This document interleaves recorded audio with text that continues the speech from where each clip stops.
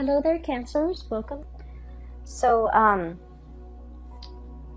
when I was shuffling out this spread for you, I do have an image that I want to convey to you.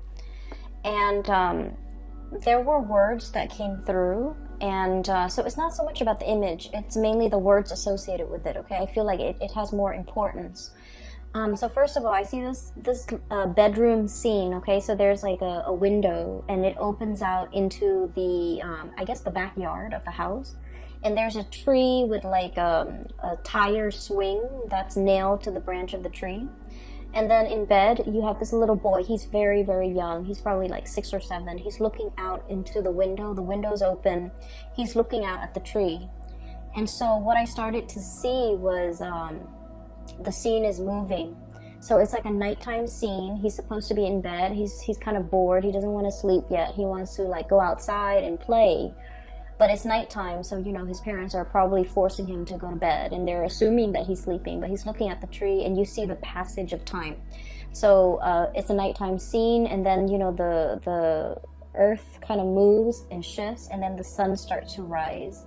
And then you see this passage of time where, you know, it's like winter starts to come in, the snowflakes start to kind of come in through his window. And then after that, the snow melts, and then the spring season starts to come in, and you have cooler weather, and you have like sun streaming into this window.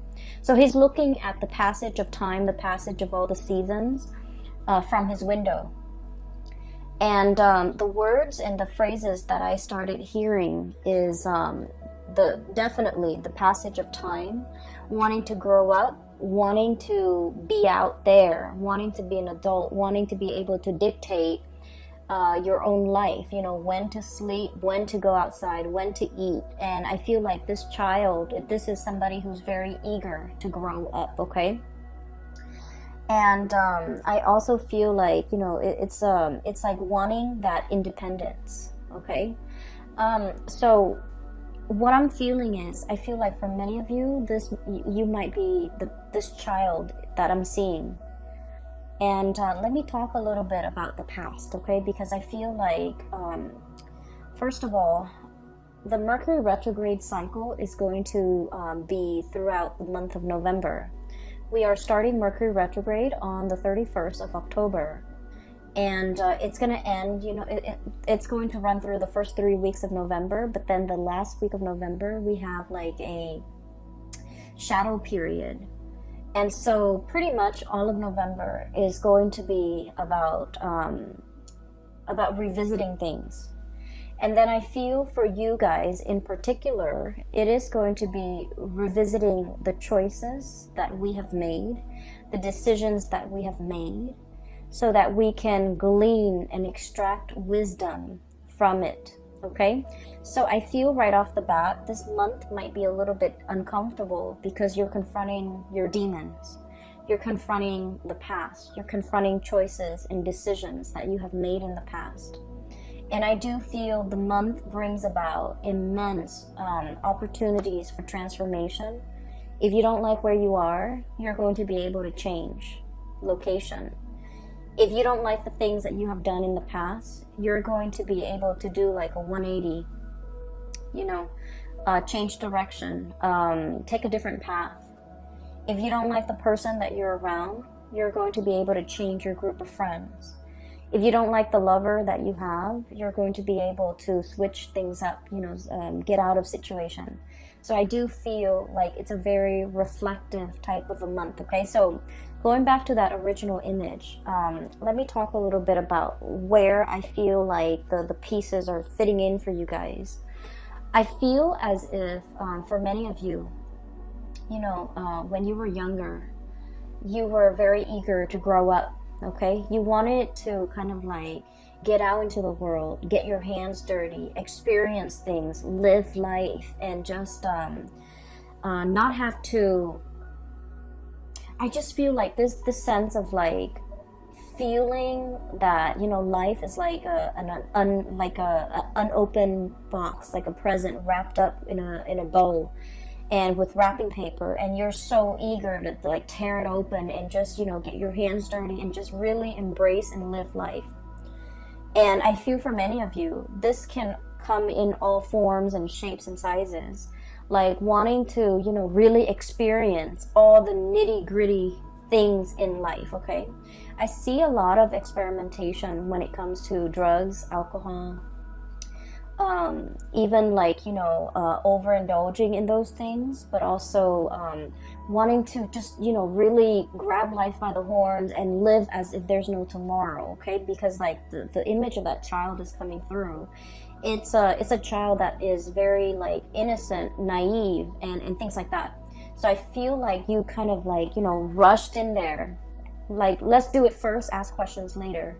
And I feel like it was a cycle, like a spiral, where you might have gotten involved with the wrong people, you might have experimented with the wrong things, experimented with the wrong substance, experimented with the wrong relationships. And I just see like a lot of overindulging and wanting to just really, really experiment. And then I also felt like for many of you, you might have been like on the flip side, on the opposite end of the spectrum. I see somebody who's like really, you know, like who has had to grow up at a very young age. There were a lot of like expectations imposed upon many of you. It kept you on the straight and narrow, right? Like it kept you going through school. It kept you very responsible. It made you kind of like very, very straight-laced. And then whatever age you're at, maybe, you know, going off to college, or maybe in your 30s, or maybe even now in your 40s, whatever age you're at, you went through a phase where you just like, I want to indulge. I want to, you know, let loose. I want to have no restrictions. I want to have no baggage. I just want to be irresponsible. Like just, I feel like that tug and pull with many of you.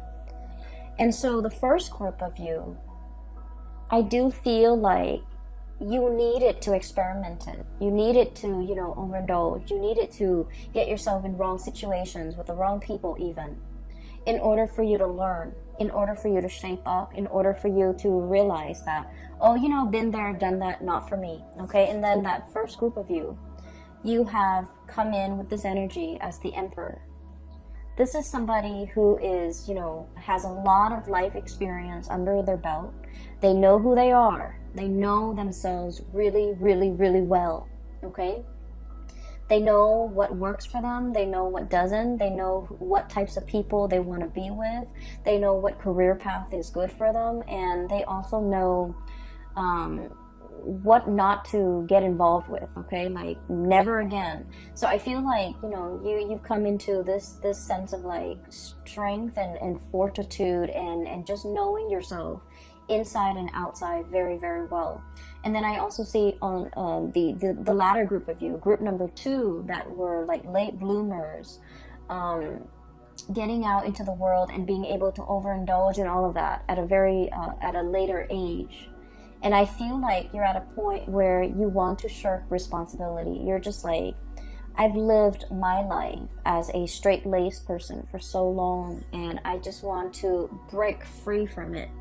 So I felt like life has been a series of constraints, a series of just like limitations. People telling you, you know, these are the limits. You can't really get past the limit. Or people telling you these are things you're expected to do. So I do feel a situation where there might have been a lot of restrictions. There might have been a lot of like rules are rules. Rules are put in place, and you just have to like, you know, obey the rules. And so what's coming through here? 10 of Swords. Things are like really bunched up. Things are just restrictive and confining, and we don't really know which way to go. 8 of Swords, being stuck in a mental prison where our thoughts, our fears, our you know, just like being pinned down to social expectations, cultural expectations for some of you, responsibilities, and just, you know, you're wanting to do the right thing, but you feel like it's just so hard, right? So I feel regardless of, you know, whether you're group A or group B, You needed to experiment what it means to be irresponsible. You needed to experiment what it means to be, you know, a straight-laced person. Because what you're looking for is that middle ground, okay? What you're looking for is moderation. What you're looking for is kind of like straddling that middle ground and balancing this side of you that's very responsible, and letting yourself indulge once in a while, but not letting the need to overindulge kind of like overtake your life to the point where you can't function. So I feel like the universe is teaching you a very important lesson about moderation, about, you know, walking a middle path, about really finding your own way, okay? Never mind the social expectations, never mind what people expect from you, or never mind what you feel is expected of you. It's just a matter of figuring out that perfect medium that works for you. And I feel like you're still in the process of trying to find that. And you're kind of, I almost feel like walking down this alley, okay? And the walls are around you, and you're walking in the middle. You're trying not to hit the walls.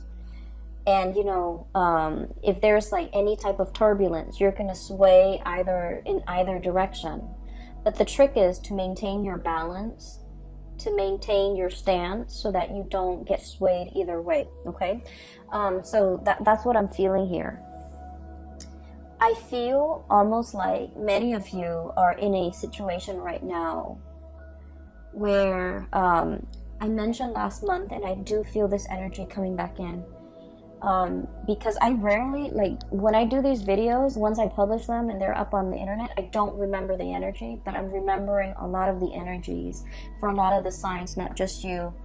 So I feel like it might be significant. I mentioned somebody that wants to be found, somebody that's like attention seeking, and I feel like you're dealing with someone who is attention seeking, okay? They know how to jab at you. They know how to push your buttons. They do this with everybody. They do this with, you know, people in their lives. And I feel like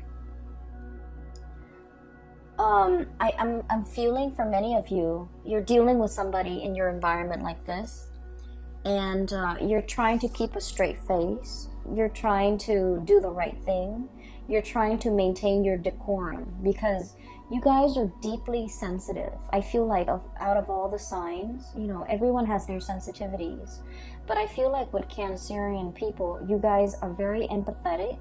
You guys really care about people. You guys are genuinely very, very nice, caring, you know, just decent human being. And so you don't want to say things to hurt other people, not even if they deserve it. You know, you're that respectful. You're that loving and caring. You don't even want to hurt people, even if they deserve it. So I feel like somebody is like really pushing your buttons. And for some of you, it might be a relationship partner. And for others, it might be a parent. For others, it might be, you know, somebody in your work environment. But this is somebody significant, okay? Because like if they're not significant, it wouldn't really matter if they push your buttons. They're just, you know, some random stranger or just an acquaintance. But I feel like it's somebody significant in your life. And I feel like you try to make things work, okay? You were trying to do the right thing. The Emperor, he makes rational decisions, okay? He is not swayed by his heart. He thinks with his head. And he thinks usually for the betterment of all or everybody that's involved. So he knows how to make sacrifices. He understands that with every decision, there is collateral damage, okay? So I feel like this is your energy where you're in a position that you feel, I have to make some sacrifices for the greater good. And I feel like you might have known that something wasn't going to work out. There's a situation, you're like, oh, it's never going to work out, but I owe it to the other person, I owe it to myself, I owe it to everybody involved to do the right thing, to give it a second chance, to give it a try, to really work things out. And I feel that you maintain your decorum, your calmness, your temper in this situation. And then I feel like the other person was not able to elicit an emotional response out of you. So in the past, they might have pushed your buttons, and then, you know, there might have been like sparring back and forth and things like that. This time you have grown, you have matured, you have realized that these are cycles, these are recurring themes, and I'm not going to feed into this energy. And so you remain very, very calm. And because you remain very calm, the other person was not able to get a rise out of you, to get an emotional reaction out of you. And so I feel like they had to check themselves out. Okay, you didn't even need to lift a finger. You didn't need to be the bad guy in this situation. They just could no longer get that emotional response out of you, and so they chose to kind of exit the picture, exit stage left. Okay. Ten of Swords. It's an ending to a situation. It's a situation that was very heavy. It was there were a lot of ideological differences between you and the other person. You say one thing, they mean they misinterpret and think you mean another. What you feel is important is like things that should be prioritized. They don't feel as important. So it's like it's a situation where you're never going to see eye to eye because your values are very different. And so the longer you stayed in it, and I feel like many of you had a sense of responsibility. You stayed in it for the greater good. You stayed in it because, you know, there might have been more at stake. You stayed in it because you wanted to help the other person. You wanted to help the situation. And an example, you might have kids with this person, and in the spirit of, you know, maintaining the family stability for the family, for the kids, you might have stayed in this situation because for the kids, even though, you know, your heart's not in it. And then for others, another example is you wanted to help the other person, but you were already emotionally checked out. They felt that you're emotionally checked out. So even if you're there physically with them, emotionally you're checked out, and they have a lot of resentment towards you because you're checked out, because they can no longer push your buttons, because they can never evoke any type of emotional response from you. So I feel like somebody was very resentful towards you, and I don't feel that you did anything wrong. I just feel like you have dried up, you have turned stern and cold towards this person. Even though you're physically there, they feel as if you're not there. So there's definitely I'm sensing here, you know, like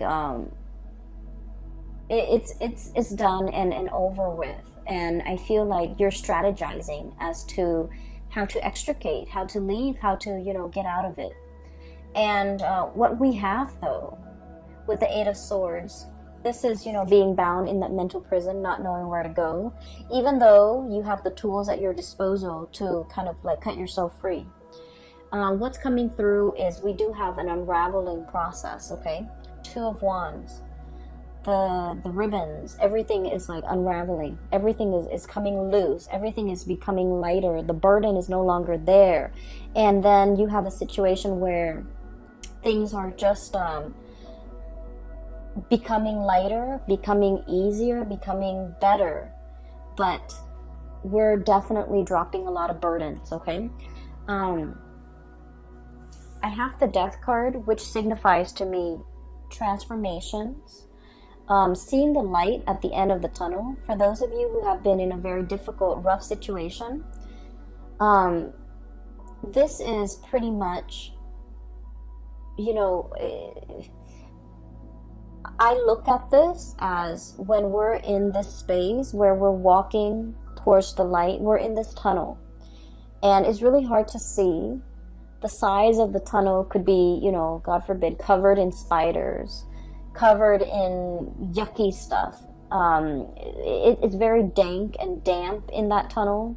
We can only see like so far ahead of us. We don't know if we reach out what's going to be there, you know. So it's a very uncomfortable situation. It's claustrophobic. It's dark. It's menacing even, I feel, for some of you, but it is not comfortable. It's not comfortable, but there's some light streaming through at the end of it. So you do see an end in sight. You do see that there's an end date.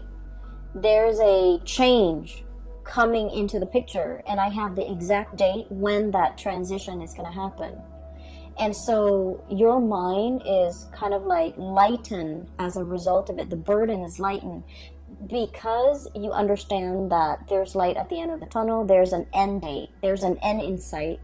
And you're going to be able to make some major transformations happen in your own life once that date is here. Okay, so I definitely feel a situation that has been problematic for some of you. This is a work situation where there might have been a lot of bickering, where there might have been a lot of stop-starts, like false starts even, where decisions cannot be made, okay? Like one decision is contingent upon another. And then you also have a situation where some of you could be in a leadership position and you're managing people that are just like immature, difficult to deal with, difficult to train, who get super defensive when you're trying to give them like constructive feedback. And there's so many of them, and they all exhibit the same types of personalities. So it's a very emotionally taxing, emotionally draining experience. And then you realize that, you know, if you're in a supervisory position, for example, you realize, oh, there's an end in sight. Maybe it could be for some of you the end of a fiscal year where they might no longer be your subordinate. And then for others, it might be the end of a lease, the end of a housing situation, the end of a lease. For others, it might be, you know, the end of a contract, the end of a work contract where you're shifting into something new. Or even just, for some of you, I do see like a change, a major change in your environment. It could be a housing situation, somebody moving in, somebody moving out. You might be moving location altogether. And then for others, it's just something so liberating and so freeing that you're looking forward to this end date. Okay, so I feel like you have something extraordinary that you're looking forward to, and it's going to change your life as you know it. It's going to bring about a major uptick in your standing, in your energy, and just energetically, I do feel like the burden has been lifted, the weight has been off your chest, and just you're no longer dealing with immature and just, you know, attention-seeking people who know how to push buttons, okay? So that's looking very, very good. Let me see. There was another image that I saw, and I can't for the life of me remember. I did this, I think, with the Gemini people too. They got two images, and I forgot one of them. Okay, so I do want to talk about another situation here, and this is pretty much, you know, the cards are split like this: past, present, future. That's what it feels like to me. And so let me talk about something else that's coming into the picture. First of all, this is the moon, and this is stereotypically the card for Pisces, okay? Pisces is represented by the moon, but I feel like in your situation, this is pretty much you, because I want to talk about something else. Cancer, the sign of Cancer is traditionally, it rules the fourth house, okay? And the fourth house deals with the mother, okay? It deals with childhood. It deals with family.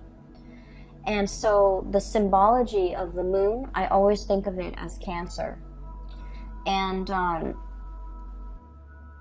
I don't know, maybe some of you are aware of this, maybe all of you are aware of this, but this is something that I just started to realize about Cancerian people in general, because I had a friend, and through like conversations with, you know, the Cancerian friends that I've had over the years, this is something I've just noticed.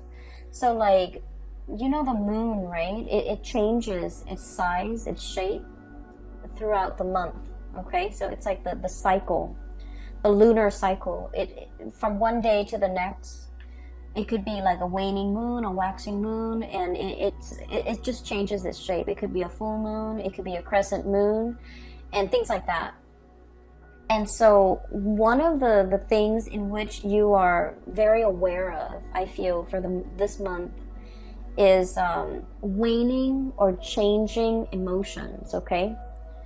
And what I feel is ultimately kind of scattered in this spread is, you know what you like, but then what you like from one day to the next, from 1 month to the next, from 1 year to the next, changes. And so you're not really sure what you like. You're not really sure if you're after the same things from 1 month to the next. You are also afraid to go for something because you're not really sure if next month, if that's the thing that you still want. And then you're afraid to go after something big because you're not sure if all the energy and the effort that you expend into this thing, is it going to be worthwhile when next year rolls around? Am I still going to want it as much as next year as I do now, to make all this effort worth it? You're coming to the realization about yourself, I feel, that what you want, what you value, what you desire, from one day to the next, from 1 year to the next, from one season to the next, it fluctuates and it changes. And because it fluctuates and it changes, you might be in a position where you just wait for things to happen to you rather than going out into the world and making things happen for yourself. Going after the things that you want, going after the situation, the job, the person that you want, and expending all that energy and all that effort because you're not really sure if what you want from one day to the next will be constant. And so this energy is very, very transient, okay? It basically changes with the tides. It changes from day to day, from hour to hour. And what I feel is like, for some of you, you might really love somebody, okay? You love somebody.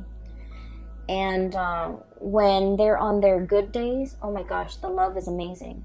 When they're on their bad days, however, you might feel like, oh, I don't know if I love this person anymore. And I'm sensing that you're at a point where, you're trying, and this is why I feel like it's so hard for Cancerian people to go after the object of their affection, the things that they really desire. For whatever reason, they have a really roundabout, way of going after the things that they want, and I've never understood it. Growing up, I've never understood it, but now, like, I feel like that's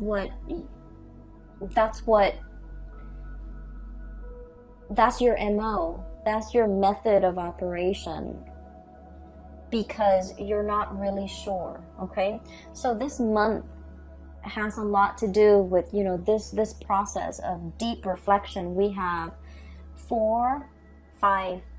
five major arcana cards coming in a spread with like a 10 card spread. So the half of the cards are major arcana cards, which is really forcing you to be very, very clear about yourself, knowing yourself really well, like this Emperor. Okay, knowing what you like, what you want to bring forth into the world, reflecting on your past experience, like all the things that you had to do to get yourself to this very moment in time, and figuring out who you are and what you're all about. This is about self-knowledge. The other card that we have here as well is we have the Hermit. And the Hermit is wisdom. It's somebody who's very, very wise. It's somebody who's like up high in a tree, like the sloth, or or somebody who has a bird's eye view. Okay, so somebody who is enlightened, somebody who spent a lot of time on their own, and they figured out what they need to be happy. And this process isn't just something that happens overnight.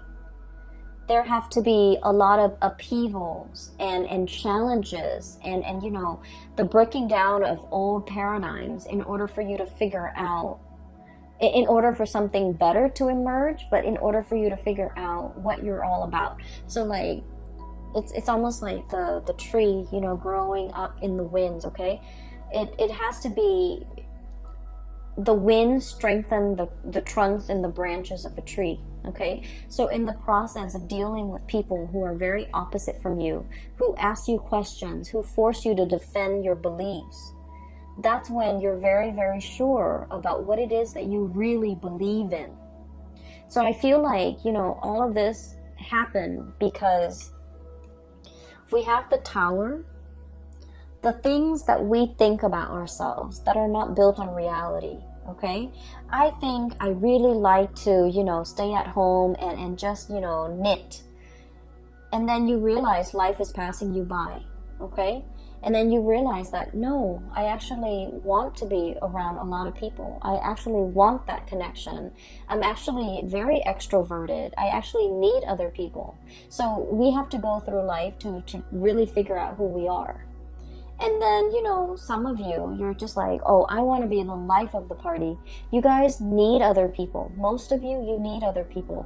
You might feel like, I want to be the life of the party. And I feel like I'm speaking to a lot of Cancerians out there who feel like, I want to be where the things are happening, among the shakers and the movers, where, you know, you feel like you might want that. And then when you're in the midst of it, you feel very drained. You feel like just unhappy. And then you realize that, you know what? I'm not as extroverted as I think I am.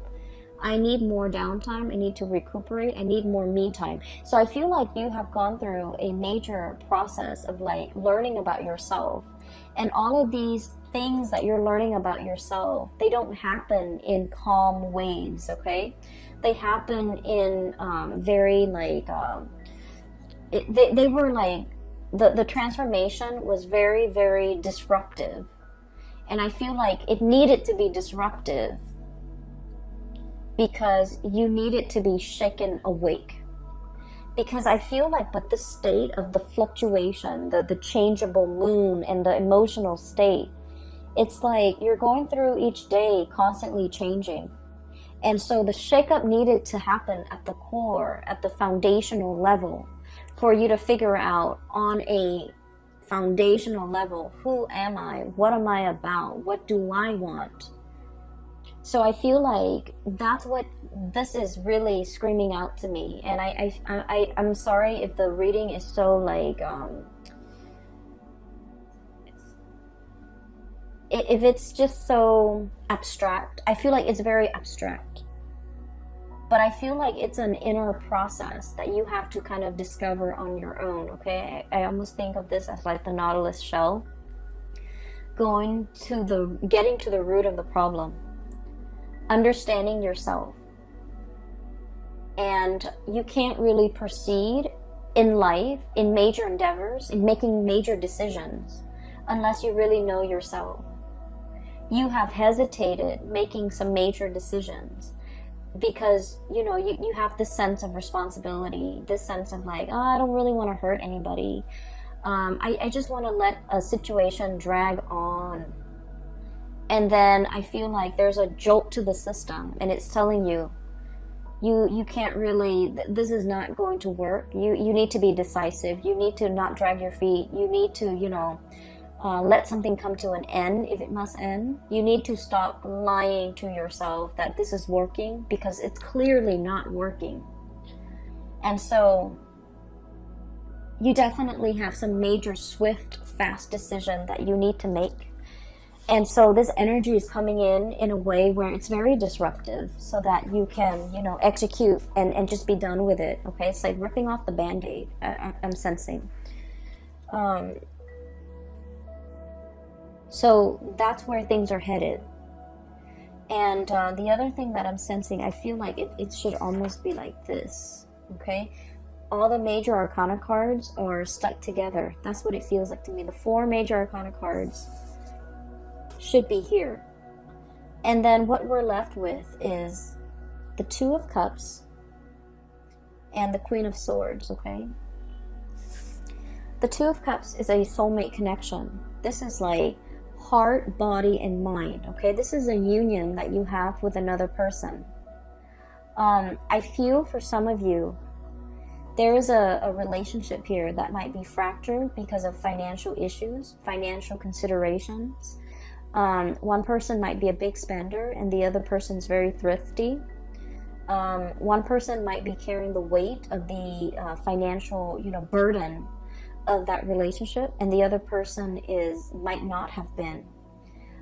This is a balancing act, okay? This is now things that have been very, very unbalanced and unreciprocated and just off kilter are now being rebalanced, being restored, and both parties are definitely coming together. This card is also screaming out to me reconciliation with somebody who is very significant in your life. For some of you, we have here the Queen of Swords, and I'm not going to be reading the signs. This is clearly an air sign, Aquarius, Gemini, and Libra. But I also feel like Aries. I also feel Scorpio and Virgos here as well, okay? And the energy is pretty much telling me a situation where somebody is coming back, somebody is trying to communicate. Somebody is also, coming in with more sensitivity, okay? It's linked up here with the Moon card. It was like this. Somebody is starting to understand you. They're starting to understand how sensitive you are. They're starting to kind of like, if they have been very harsh in the past, I don't see them apologizing. I just see them in the past as kind of like, brusque and blunt and forceful. And I feel like they're starting to understand how sensitive you are. They're starting to understand that you need more. It's like they need to kind of like not be forceful with you. They need to not push you. They need to not give you ultimatums. They need to just, take you as you are on your own terms. Yes, your feelings might fluctuate. Yes, one day you love them, the next day you don't. And so they need to be accommodating of your fragile emotional state. And they need to be understanding that they shouldn't bring conflict in their interaction with you, into their interactions with you. So I feel like somebody is coming back in, wanting to communicate. They're approaching you with a lot more sensitivity. They're approaching you with a lot more like, I guess like awareness for who you are and the way you operate, and they're willing to accommodate that. And then on the other hand, I feel as well for many of you, knowing, I see this really deep sense of spiritual knowing, awareness that have, kind of like, it's like things illuminated for you, where you start to understand that, I love this person today, I really, really love them. The next day they act up and I don't love them. I feel like you're starting to find that middle ground, okay? Once again, straddling that middle ground, wanting to be responsible, like taking the responsibility with the overindulgence and trying to find a balance, a middle ground, so that your emotional state doesn't fluctuate from one extreme to the next, so that you can walk down that center line and be okay, because you're doing things in moderation. And when you're doing things in moderation, when you're very balanced, you start to see who you are. You're not swaying from one, extreme to the next. And so you're starting to see things in a more balanced manner. And once you start to do that, I think like everything that has been problematic and confusing and just, off kilter in your life starts to realign. Okay, so I feel like you're energetically balancing yourself, and in the process of finding balance and being very balanced in your own skin, everything else in your environment benefits and it starts to right itself. Relationships start to right themselves. People starts coming at you correct because now they understand. And I definitely feel a lot of communication, emotional communication, that will be had between you and another person, that will give you a lot of insights, a lot of guidance, and just a lot of I feel that sense of like emotional support coming through from your environment, and with the people that you care about and the people that you want to spend your time with. I'm also feeling here, there was a situation, and this is where I do want to end it. There's a situation here where you've been trying your very best to do the right thing. You're getting out of that situation. And there's somebody in the picture who is like a soulmate connection. You have known it all along. You have neglected the soulmate connection because you had a lot of things that you needed to take care of. And now that, this transformation is happening in your life, you have a new path that you can walk towards. And I feel that you're going to want to reconnect and work at this connection that you deem is the soulmate connection. Somebody that is like, I almost feel like they're the yin to your yang and vice versa. Okay, so I will leave it at that. All right, Cancers, I hope the reading has been helpful for you. I hope it resonates. I hope you're not upset with me for being harsh with you guys.